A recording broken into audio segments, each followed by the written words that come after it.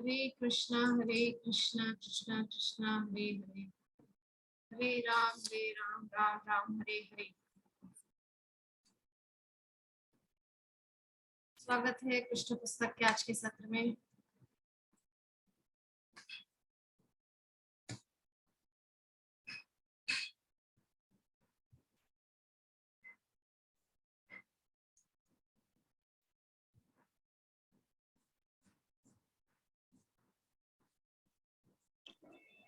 हरे कृष्ण माता जी, दंडवत प्रणाम। दंडवत प्रणाम माता जी। तो कृष्ण पुस्तक का आज का सत्र हम शुरू करते हैं।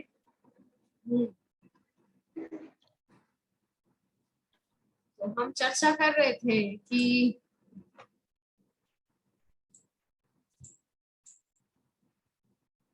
जब उद्धव जी महाराज आए हैं वृंदावन में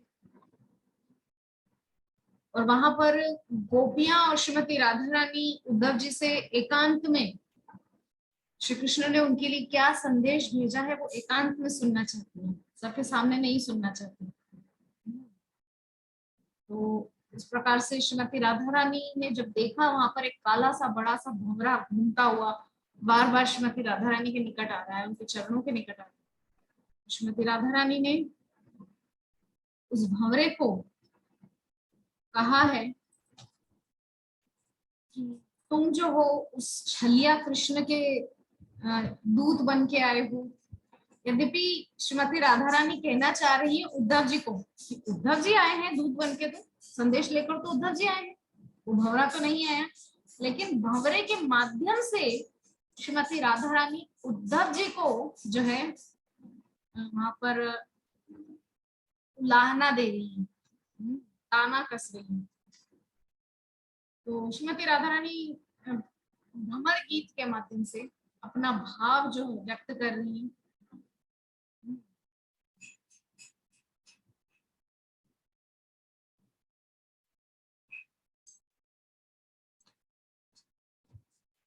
तो श्रीमती राधा रानी कह रही है कि ना तो मुझे तुम पर भरोसा है और ना ही तुम्हारे स्वामी पर। मथुरा जाने के बाद मैं जानती हूँ, श्रीमती राधा रानी कह रही है कि वहां पर उनको जो है जो लड़कियां मतलब क्या बोलते हैं नव युवतियां हैं, मित्रता करने में उनको कठिनाई हो रही है मथुरा में, क्योंकि हम तो गांव की ग्वाल बालाएं हैं, सीधी सादी है हम लोग तो। श्रीमती राधा रानी कह रही है कि हम लोग तो सीधी सादी है, इसीलिए हमसे वो आसानी से मित्रता कर पाए। हाँ, लेकिन मथुरा में उनको थोड़ी दिक्कत हो रही है क्योंकि वो तो शहर की लड़कियां हैं, थोड़ी चतुर चालाक हैं। इसीलिए श्रीमती राधा रानी कह रही है कि वहां पे उनको मित्रता करने में कष्ट हो रहा है, इसीलिए वो पुनः हमको याद कर रहे हैं और हमको वहां बुला लेना चाहते हैं, लेकिन हम वहां नहीं जाएंगे।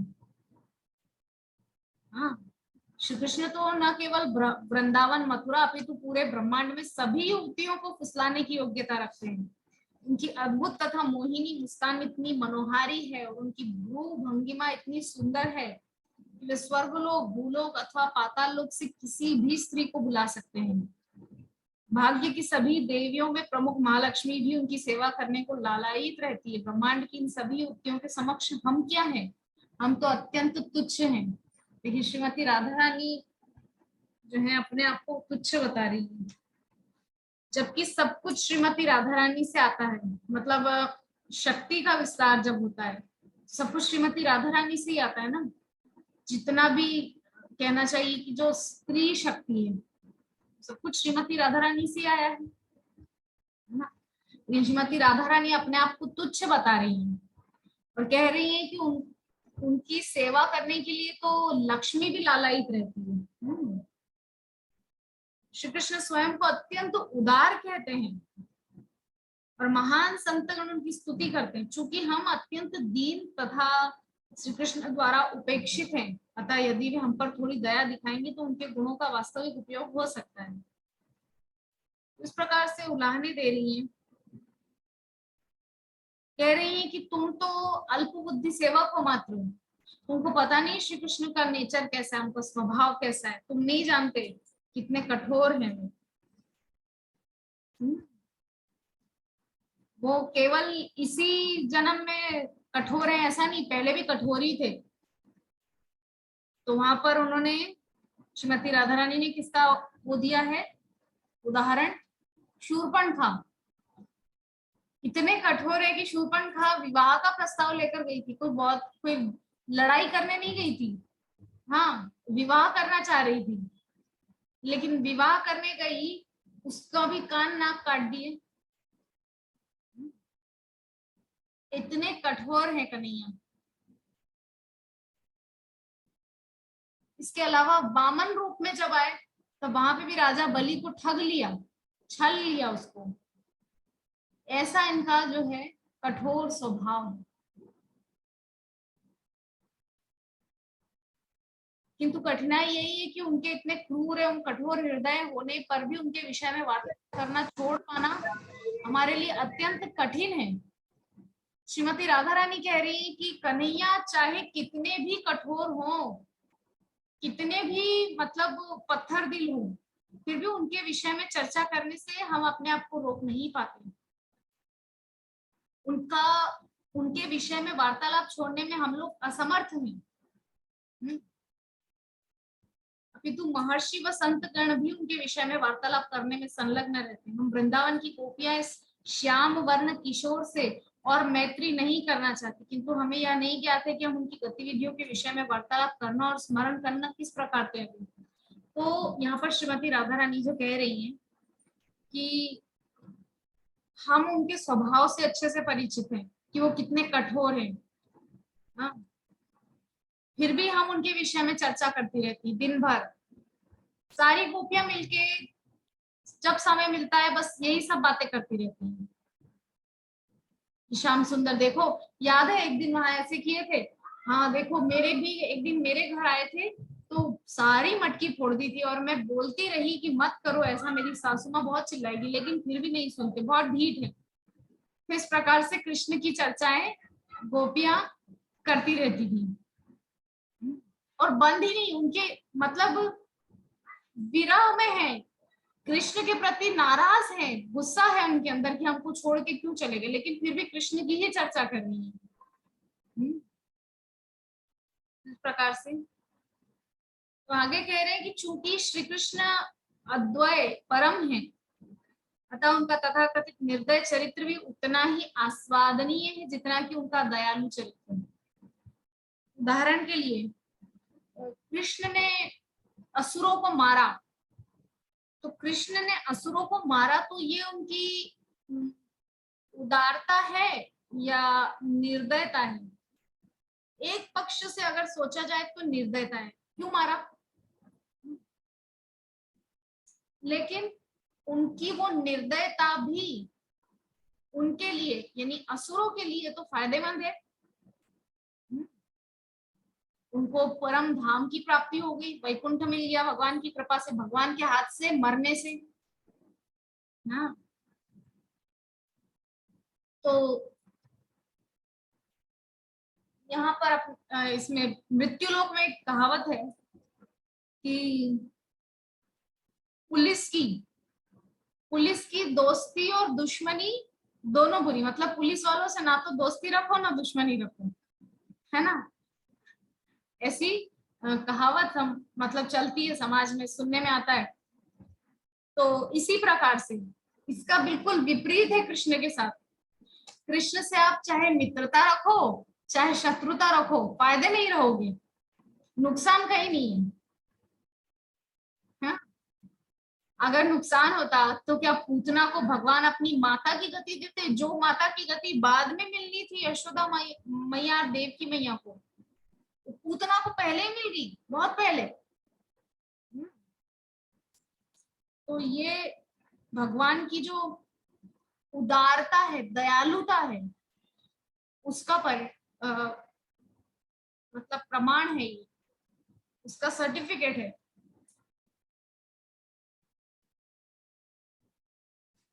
संत जन और महान भक्त गोपियों के समान किसी भी परिस्थिति में श्री कृष्ण को नहीं त्याग सकते।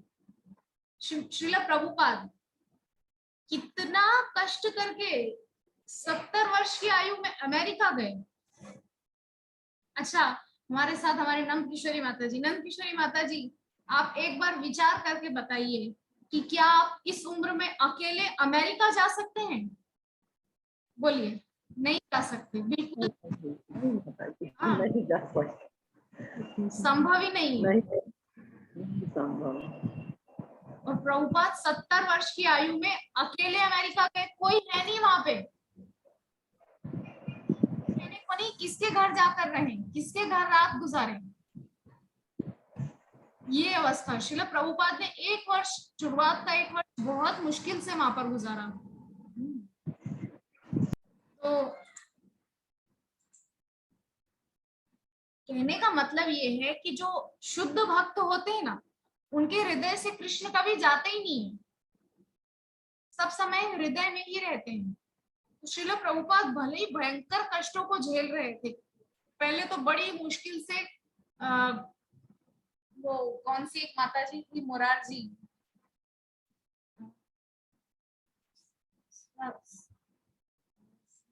नाम मुझे याद नहीं आ रहा है, उनका सरनेम था मोरारजी, एक गुजराती बिजनेस वुमेन थी मुंबई में।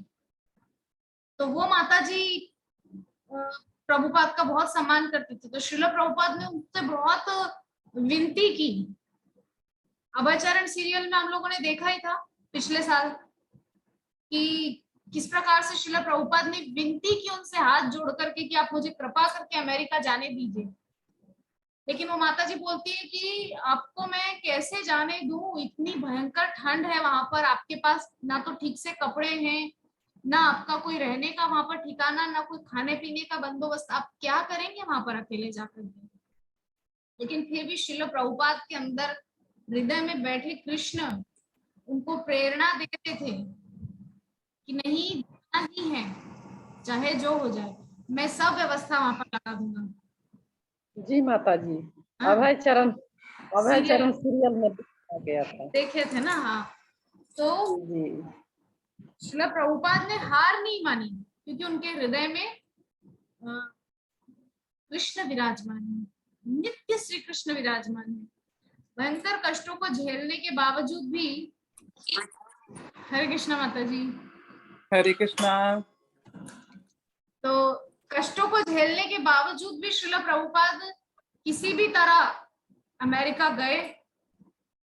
और शुरुआती 1 वर्ष में श्रील प्रभुपाद को थोड़ी कठिनाइयां हुई, जहां पे जाकर के संकीर्तन मतलब करते थे, कीर्तन भजन करते थे, वहां पर उठा देते थे पुलिस वाले, क्योंकि वो तो अमेरिका है ना, वहां पर तो ऐसे आप चाहे जहाँ बैठ के आप नहीं कुछ कर सकते, वहां पे बहुत रूल्स एंड रेगुलेशंस हैं इस प्रकार से।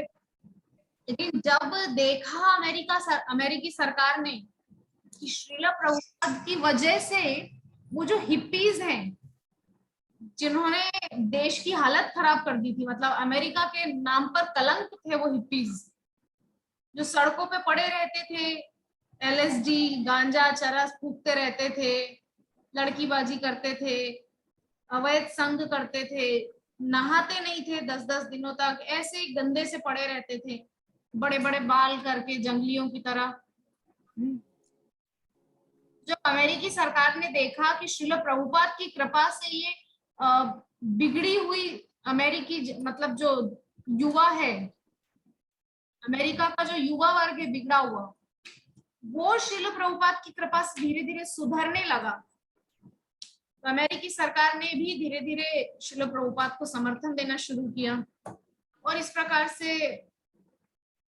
धीरे धीरे श्रील प्रभुपाद ने बहुत बड़ी उपलब्धि हासिल की और इस्कॉन की स्थापना श्रील प्रभुपाद ने की। और आज हम सभी देख रहे हैं सारे विश्व में इस्कॉन का एक विशाल साम्राज्य खड़ा है।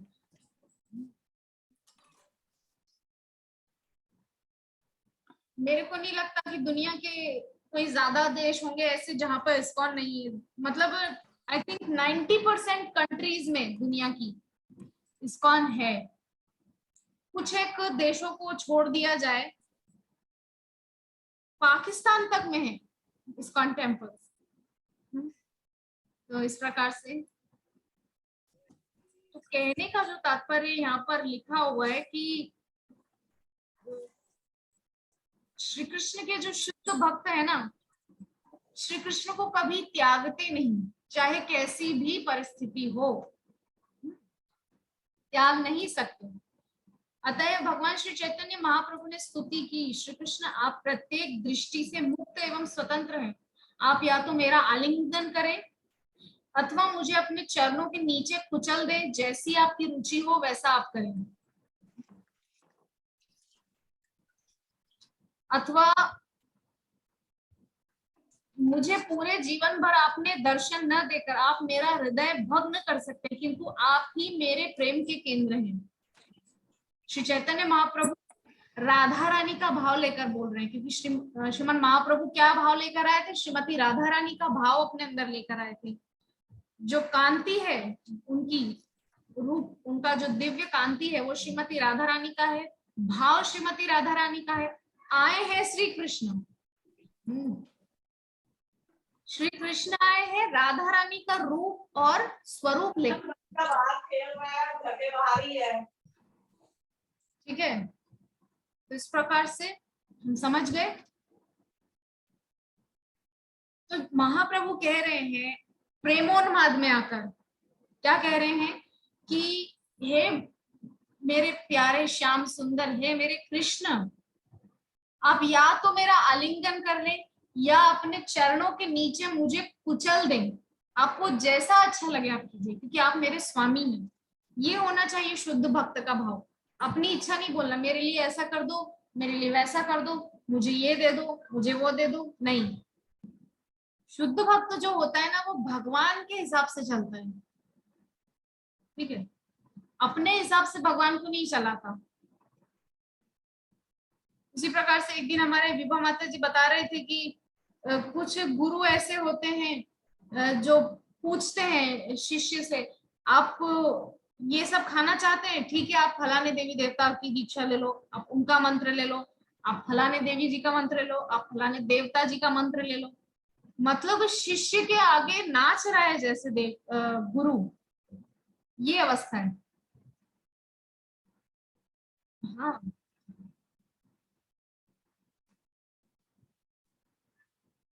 तो कहने का जो तात्पर्य है वो ये है कि भक्त ऐसा होना चाहिए जो भगवान के अनुसार चले, भगवान जैसा चलाए वैसा चले, अपने मुताबिक भगवान को ना चले। तो वैसे ही शिष्य को भी गुरु के अनुरूप होना चाहिए, गुरु के अनुसार चलना चाहिए। अपने अनुसार गुरु को चला, ऐसा नहीं होना चाहिए कि गुरु जी हमको तो देखिए हम लोग नॉनवेज खाना नहीं छोड़ सकते, तो आप एक काम कीजिए, हमको काली माता की दीक्षा दे दीजिए। हाँ ठीक है, गुरु जी कहेंगे ठीक है, आप 1 लाख रुपए डोनेशन बॉक्स में डाल दो, आपको काली माता की दीक्षा मिल जाएगी। इस प्रकार से धंधेबाजी चलती है, देवी देवताओं को जैसे कि बेचा जा रहा हो, है ना। 1 लाख रुपया दे दो और फलानी देवी जी की दीक्षा ले लो, मंत्र ले लो, ये सब चल रहा है। हरे कृष्णा माता जी। हरे कृष्ण। मतलब वे गुरु कैसे हैं कि वे कहेंगे कि ये काली के दीक्षा ले लो और मीट मछली खाओ, वे गुरु कहाएंगे? अब देखिए वो तो असल में वहां पे गुरु का अपना भी स्वार्थ है। हाँ, तो एक कहावत है ना, बोलते हैं ऐसा गुरु वैसा चेला, जो दोनों नरक में ठेलम ठेला। मेरे को याद नहीं आ रहा है ठीक से, हमारी विभा माता जी को शायद अगर याद हो तो वो बता दे ये पूरी कहावत। एक दिन शायद माता जी ने मुझे बताई थी ये वाली कहावत कि जैसा गुरु वैसा चेला, बस इतने हम जानते हैं और तो नहीं जानते। दोनों नरक में ठेलम ठेला, मतलब जैसा गुरु वैसा ही चेला बनेगा और दोनों जाएंगे नरक में। ठीक है, अगर आप चाहते हो कि आपको मतलब सब कुछ ऑथेंटिक मिले, आपको एक अच्छा मार्ग मिले, तो आपको अच्छे गुरु के ही पास जाना चाहिए। अब उस दिन मैं चर्चा कर रही थी, वो बात पूरी हो नहीं पाई। तो जो आजकल अनिरुद्धाचार्य जी बड़े फेमस हैं कथा के मामले में, बड़ी उनकी कथाएं आ रही हैं आजकल यूट्यूब में और टीवी में, सब चैनल्स पे। तो बड़ा उनका प्रश्नोत्तर होता है, 1-1, 2-2 घंटे का। उसमें लोग अपना दुखड़ा सुनाते हैं, देखिए हमारे साथ ऐसा हुआ गुरुजी, हमारे साथ वैसा हो गया। गुरुजी बोलते हैं ठीक है, कल 9:30 बजे आ जाना, दीक्षा ले लेना। अरे भाई, दीक्षा है या क्या है? इतनी आसानी से आप किसी को भी दीक्षा दे सकते हैं? दीक्षा, पहली बात तो दीक्षा जो है ये बहुत बड़ी बात है। आपको गुरु अपना स्वरूप दे रहे हैं। हाँ, दीक्षा काले शिष्य करे आत्मसमर्पण, सही समय गुरु ताके करे आत्मसम। मतलब दीक्षा काले शिष्य करे आत्मसमर्पण, जब दीक्षा होती है उस समय शिष्य जो होता है ना, वो आत्मसमर्पण करता है। और सही काले गुरु ताके करे आत्मसम, उसी समय उसी समय गुरु शिष्य को अपने जैसा बना देता है। सही समय गुरु ताके करे आत्मसम, गुरु उनको अपने जैसा बना देते हैं। आत्मसम, अपने जैसा स्वरूप दे देते हैं, अपने जैसा ज्ञान प्रदान कर देते हैं।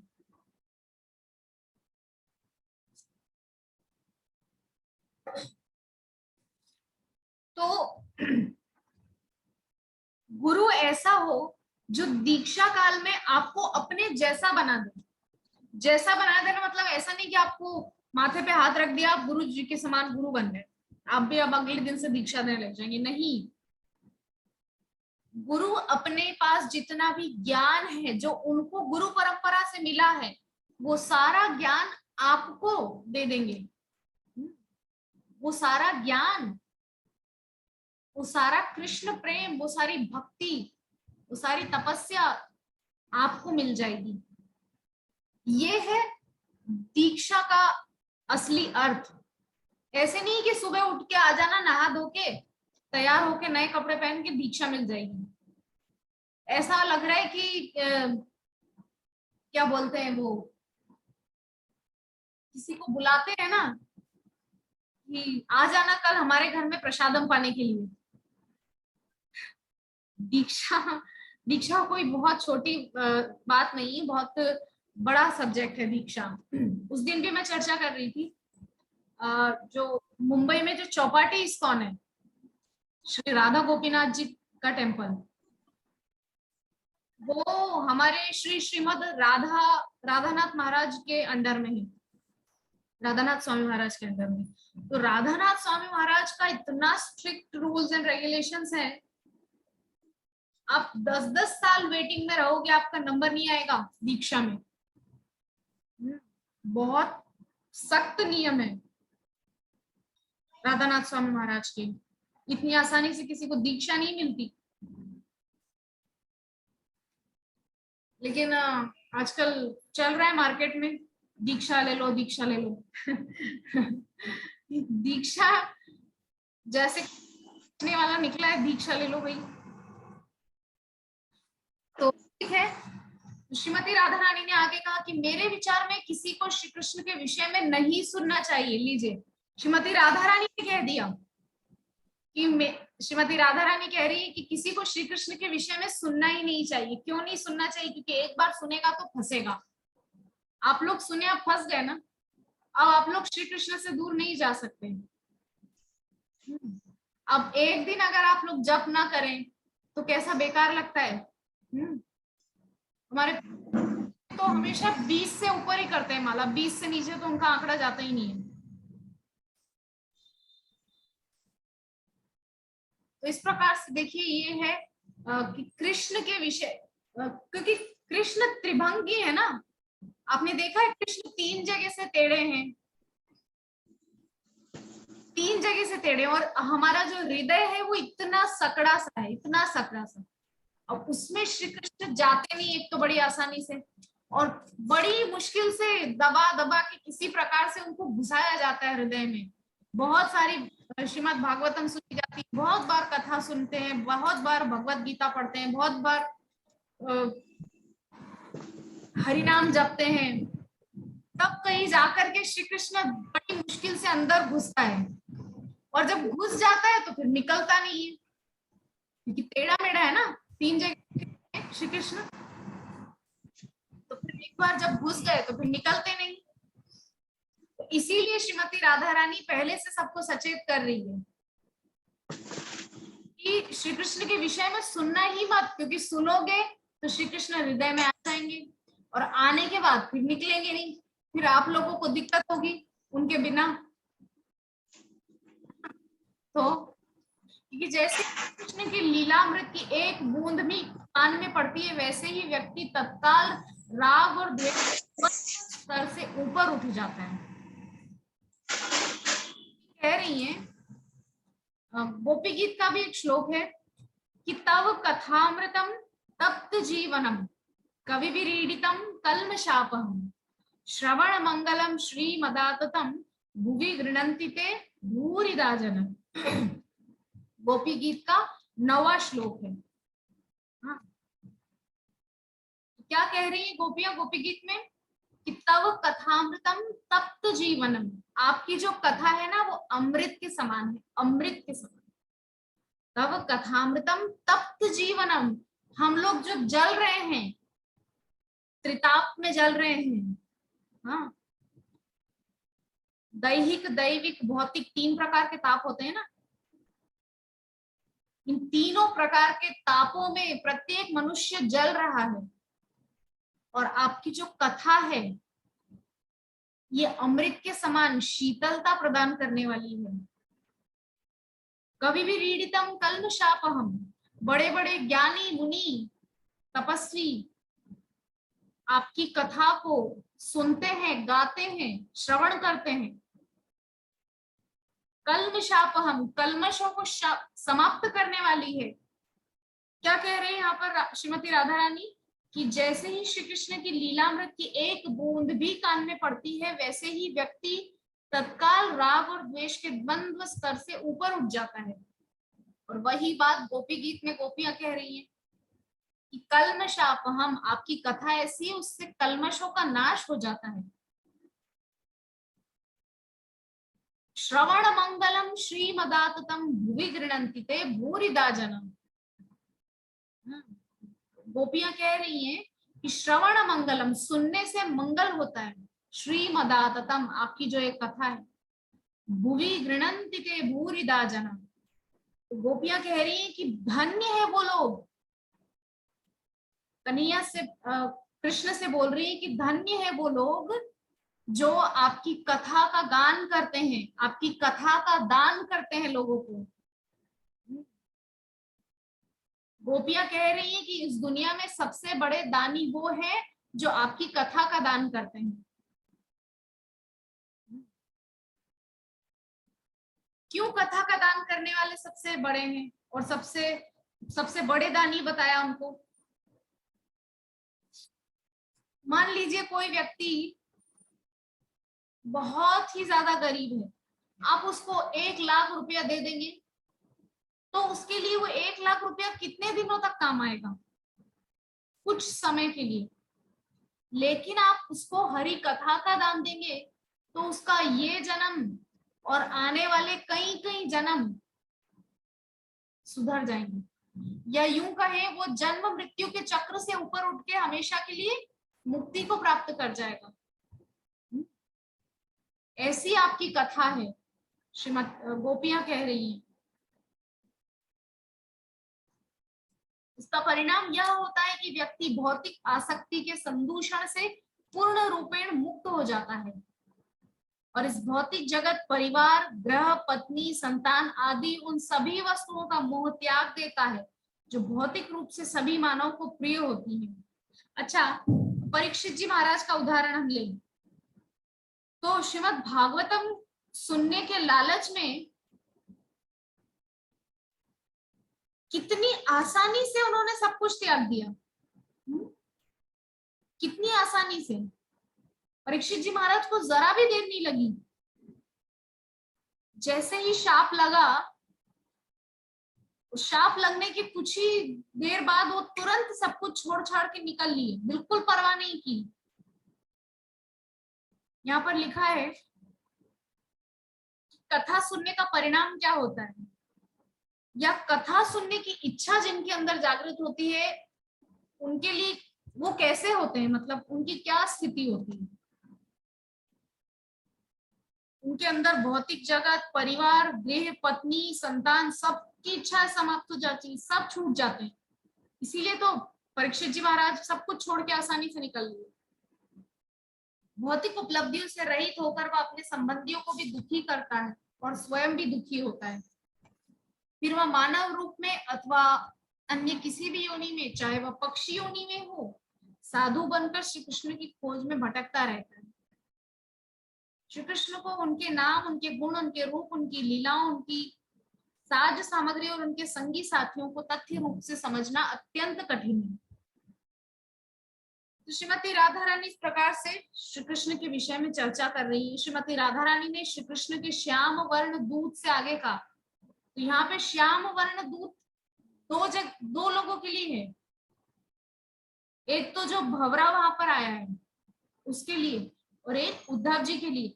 असल में श्रीमती राधा रानी जितना कुछ बोल रही है उद्धव जी को ही सुना रही है, हाँ? लेकिन वो भवरे को बहाना बना के, भवरा है, भवरे के बहाने से उद्धव जी को सुना रही है। जैसे अशोक वाटिका में माता जानकी एक छोटा सा घास का तिनका सामने रखकर रावण की ओर नहीं देखती थी, उस घास के तिनके को आगे कर दिया करती थी, हाँ। तो इस प्रकार से श्रीमती राधा रानी भी डायरेक्ट उद्धव जी से बात नहीं कर रही है कि आप क्यों आए यहाँ पर, उनका संदेश लेकर चले जाओ, उनको नहीं आपसे कुछ भी सुनना है। वो भंवरे के बहाने से, क्योंकि अगर डायरेक्टली बोलेंगे ये तो अच्छा नहीं है ना, ये तो अपमान हो जाएगा एक तरीके से उद्धव जी का। इसीलिए तो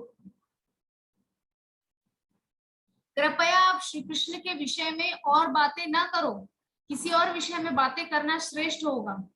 श्रीमती राधा रानी कह रही है भंवरे से कि देखो बहुत हो गया, अब कृष्ण के विषय में बात नहीं करनी, अब किसी और बारे में बात करें। हम तो व्याध के मधुर संगीत की गूंज से मुग्ध चितकबरी जंगली हिरनी की भांति पहले से ही शापित हैं। उसी की भांति हम श्री कृष्ण के मधुर वचनों से मोहित हो गई हैं और बारंबार हम उनके चरणों के नखों की प्रभा का चिंतन कर रही हैं और उनके संग के लिए हम और अधिक लालायित होती जा रही हैं। अतएव मेरी तुमसे विनती है कि श्री कृष्ण के विषय में और चर्चा न करो। तो श्रीमती राधा रानी कह रही है कि हम लोग तो पहले ही बहुत श्री कृष्ण के विरह में दुखी हैं, हमको और श्री कृष्ण के विषय में चर्चा नहीं करनी। भ्रमर दूत से श्रीमती राधा रानी की यह वार्ता उनके द्वारा श्री कृष्ण को कई प्रकार से दोष देना, साथ ही साथ उनके विषय में चर्चा का त्याग करने में उनकी असमर्थता आदि महाभाव के लक्षण है। श्रीमती राधा रानी जो है वो महाभाव में है, महाभाव में है, अर्थात वो श्री कृष्ण से करती है प्रेम, लेकिन वहां दिखा रही है उनके प्रति रोष, क्रोध दिखा रही है, गुस्सा दिखा रही है, श्री कृष्ण के दोष निकाल रही है कि ऐसा किया उन्होंने, ऐसा हमको छोड़ के चले गए, इत्यादि ये सब बातें श्रीमती राधा रानी वहां पर कह रही है। तो महाभाव श्रेष्ठतम दिव्य भाव का नाम है। इस महाभाव का प्राकट्य केवल राधा रानी और उनकी सखियों में ही संभव है। श्री रूप गोस्वामी और विश्वनाथ चक्रवर्ती ठाकुर जैसे महान आचार्यों ने राधा रानी के इस महाभाव उद्गार का विश्लेषण किया है। देखिए बहुत से वृंदावन के जो कुछ महाराज हैं वो बोलते हैं श्रीमती राधा रानी का भाव हमारे अंदर आया है, इस प्रकार से बोलते हैं। कुछ समय पहले एक आईजी हुए थे, आईजी पांडा बिहार के, वो अपने आप को गोपी बना लिए थे। आप लोगों को याद हो, बहुत पुरानी बात है, कई वर्ष पहले की बात है। बिहार के एक आईजी पांडा थे, उन्होंने सखी वेश धारण कर लिया था। इतनी बड़ी पोस्ट, आईजी थे, आईजी की पोस्ट छोड़ छाड़ के और सखी वेश धारण करके, नाक में नथनिया, कान में कुंडल, गले में माला, लहंगा चोली दुपट्टा डाल के, माथे पे दुपट्टा, मांग में सिंदूर, बड़ी सी बिंदिया, पैरों में बिछिया, पायल, गले में मंगलसूत्र पहन के आईजी पांडा बन गए सखी भगवान कृष्ण की। तो और बोलते थे कि मुझे सखी भाव मेरे अंदर उत्पन्न हो रहा है। लेकिन यहाँ पर श्रील रूप गोस्वामी और विश्वनाथ चक्रवर्ती ठाकुर का जो है हवाला देकर श्रील प्रभुपाद कह रहे हैं कि ऐसे महान आचार्यों ने कहा है कि श्रीमती राधा रानी और गोपियों का भाव और किसी में भी नहीं आ सकता, असंभव है, ऐसा भाव कहीं किसी में भी नहीं आ सकता। उन्होंने विभिन्न भावों को उद्धूर्णा अर्थात विभ्रम तथा जल्प, प्रतिजल्प अथवा प्रलाप को कई रूपों में वर्णन किया है। राधा रानी में हमें उज्जवल रस दिखाई देता है, जिसका अर्थ है सर्वाधिक प्रदीप्त रत्न अथवा भगवत प्रेम। श्रीमती राधा रानी तो कृष्ण ही है, इसीलिए कृष्ण का प्रेम उनके अंदर होना तो बहुत साधारण सी बात है। जब राधा रानी भ्रमर से वार्तालाप कर रही थी और वह इधर उधर उड़ रहा था, तो अचानक वह उनकी दृष्टि से लुप्त हो गया। श्री कृष्ण के वियोग में वे अत्यंत शोकाकुल थे और भ्रमर से वार्तालाप करके आनंद अनुभव कर रहे थे। यह सोचकर कि वे श्री कृष्ण के विरुद्ध जो बातें कर रही थी उन्हें श्री कृष्ण को बताने के लिए भ्रमर दूत संभवतः उनके पास लौट गया हो, राधा रानी विक्षिप्त सी हो गई। उन्होंने सोचा ये बातें सुनकर श्री कृष्ण बहुत दुखी होंगे, इस प्रकार वे एक अन्य प्रकार के भाव में मग्न हो गई। तो अब देखिए श्रीमती राधा रानी की हालत क्या हो रही है। श्रीमती राधा रानी अब उनको चिंता हो रही है कि इतनी देर से मैं तो श्री कृष्ण को उलाहना दे रही थी, श्री कृष्ण की बुराइयां निकाल रही थी। अब ये जो भंवरा है ये जा करके कृष्ण को सब कुछ बता देगा कि मैं ऐसा ऐसा बोल रही थी कृष्ण के विषय में। तो श्री कृष्ण को तो बहुत दुख होगा कि मेरे विषय में श्रीमती राधा रानी ऐसा सोच रही है, ऐसा बोल रही है। तो इसीलिए श्रीमती राधा रानी ने फिर चिंता हो गई उनको, तो एक अलग ही भाव में वो मग्न हो गई। इसी बीच वो भ्रमर इधर उधर उड़कर पुनः उनके समक्ष प्रकट हो गया। वे विचार करने लगी, श्री कृष्ण अभी भी मुझ पर कृपालु हैं। दूत द्वारा फूट डालने वाला संदेश लाने पर भी वे इतने दयालु हैं कि उन्होंने मुझे अपने पास बुला लाने के लिए भ्रमर को फिर भेजा है। इस बार श्रीमती राधा रानी अत्यंत सावधान थी कि वे श्री कृष्ण के विरुद्ध कुछ ना कहें। उन्होंने कहा, प्रिय सखा, मैं तुम्हारा स्वागत करती हूँ। श्री कृष्ण इतने दयालु हैं कि उन्होंने तुम्हें पुनः भेज दिया है। श्री कृष्ण इतने दयालु और मेरे प्रति स्नेही है कि उनके विरुद्ध मेरा संदेश ले जाने पर भी सौभाग्यवश उन्होंने तुम्हें फिर से भेज दिया है। तो श्रीमती राधा रानी भंवरे से कह रही हैं कि तुमको फिर से श्री कृष्ण ने मेरे पास भेज दिया, जबकि मैं तो श्री कृष्ण को उलाहना दे रही थी इतनी देर से लगातार, फिर भी श्री कृष्ण ने वो सब माफ करके और तुमको फिर से मेरे पास भेज दिया। तो ये सब वहां पर श्रीमती राधा रानी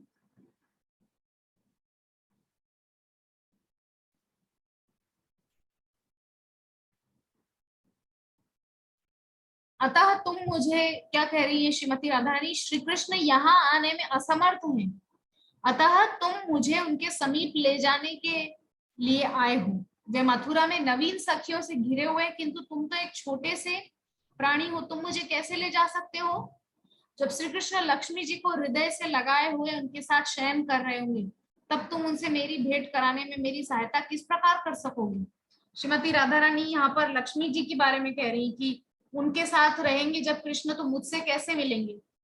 ये जो हमारी मीटिंग है ये एंड हो रही है, आप लोग पुनः ज्वाइन हो जाइए। हरे कृष्णा।